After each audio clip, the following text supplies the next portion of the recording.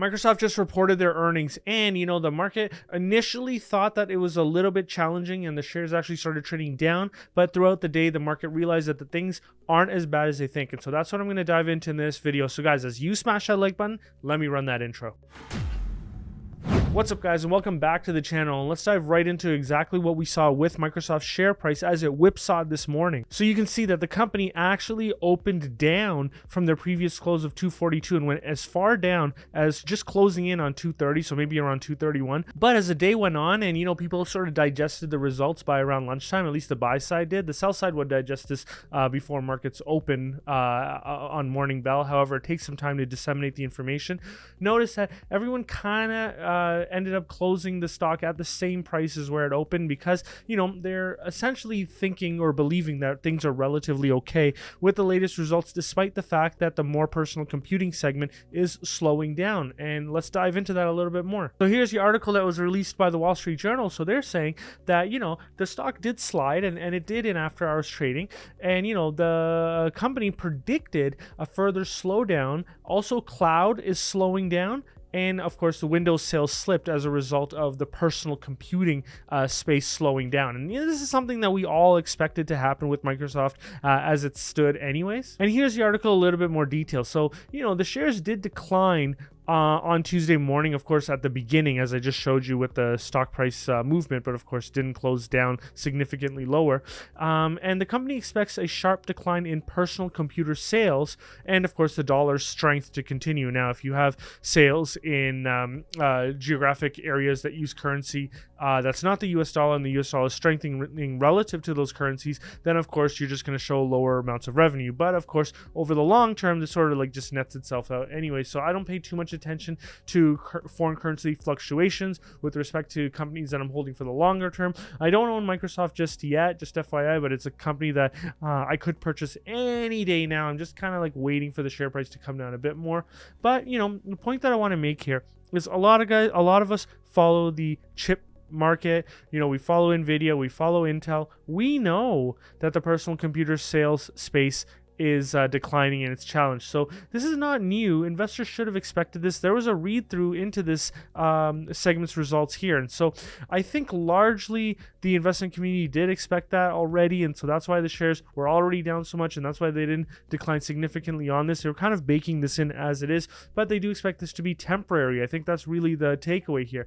And of course, this was the worst quarterly net income decline for Microsoft that they've reported in more than 2 years. Okay, so what? Things go up, things go down. That's just the nature of commerce. Now, I do want to dive into the segment results a little bit with you. So notice that, the productivity and business processes segment is up 7% on the quarter. Their intelligent cloud, or their cloud computing, is up 18%. So, here's where the article writers at the Wall Street Journal are saying, yeah, cloud is slowing. And yes, it is slowing, but maybe people had lofty expectations for cloud. They were showing 50% year-over-year growth for cloud. And I actually predicted that it would slow down significantly, and I had forecasted for 2023 that cloud would grow at around 25%. I've now dialed that down to 15%. I'm glad that the growth year over year is starting to slow, as sort of like what I was expecting.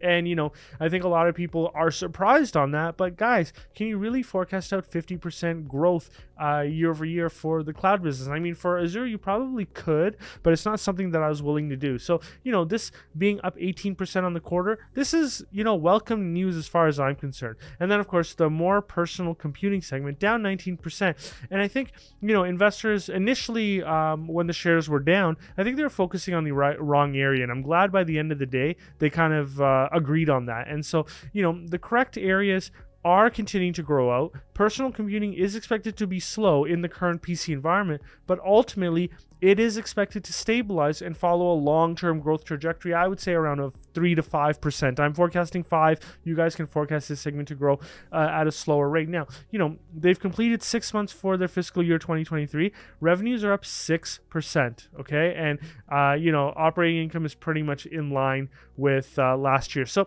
there isn't room for panic, I would say, with the security, but I think what could happen is we could enter an environment where things slow down a little bit more. They're already providing a weaker outlook, and so we could get a nice buying opportunity for Microsoft in 2023. I'm going to be patient. I'm going to wait. I'm going to see if it gets closer to that 50% of its intrinsic value. Hey, it may not come there, but a couple of years ago, you guys would have argued with me that Alphabet would not have come there as well, and Alphabet is now under $100 per share. So anything can happen. In fact, a couple of years ago, you guys would have argued that Alibaba would have never gone under $100 per share either, and it did, right? So things happen. I just like to stay patient with dry powder, just to attack once the opportunity presents itself in a good way. And let's go into the guidance a little bit. So the company is expecting further sluggishness ahead, driven by even sharper declines in sales of PC and tablets. And we expect that, right? We see the read through from the chip makers. So this is not new news for us. And so, weaker short-term outlooks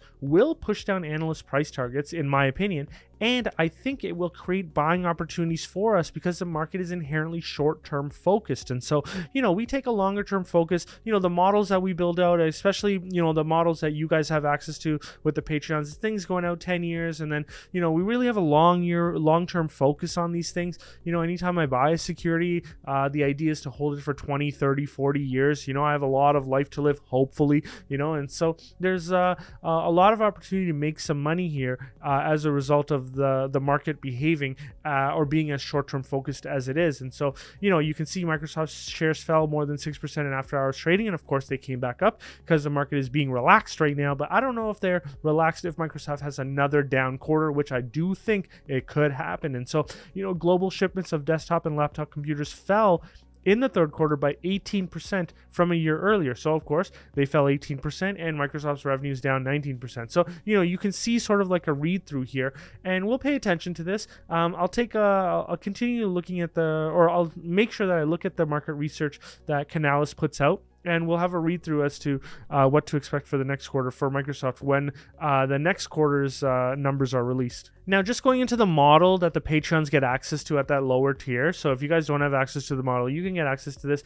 Notice that I've brought down some of my expectations as growth continues to slow. But overall, I think the valuation largely is kind of in line. It's just kind of like it's trading under its intrinsic value, but not cheap enough where I'd like to buy it. And so, I'm growing out the productivity and business processes at around that 10% range. Intelligent cloud, I'm growing it out at 15%. Of course, the growth rates change after 2027.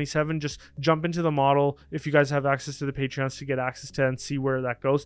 I'm thinking that more personal computing will probably come in around a 15% decline in 2023 and somewhat stabilize thereafter and just grow out at 5%. So overall, I think revenues will grow slowly in 2023, which is fine, and then grow in that low double digits thereafter. Now, I know there's a lot of analysts, a lot of people in the community who think that the company is going to grow revenues at a much faster rate. Look, there's a lot of reasons why Microsoft could potentially grow their revenues at a much faster rate, but I'm just not willing to forecast it in. And so I'm just going to have a more conservative valuation for the company as a whole, which means that I might miss out on this opportunity, but that's totally cool as far as I'm concerned. I don't have the capital burning a hole in my pocket. I will deploy it when the opportunity is too great to pass up. Now, if you guys want access to that Microsoft model and all the other models that the Patreons get access to, which includes Tesla, Alphabet, Alibaba, you name it, you can access everything at that lower tier. I think this is the best value on YouTube, where you get access to all of my research. And if you want to join us for an epic live presentation where we have these great presentations and there's wonderful interaction and participation from the team over here at the More Money channel, you can join us at that higher tier. Now, guys, I recently put out a video about how Alibaba, I believe that the stock could potentially surge up to $150 per share, and I laid out what will make that happen, or what I believe could make that happen. So if you haven't seen that video, click on this video link right here.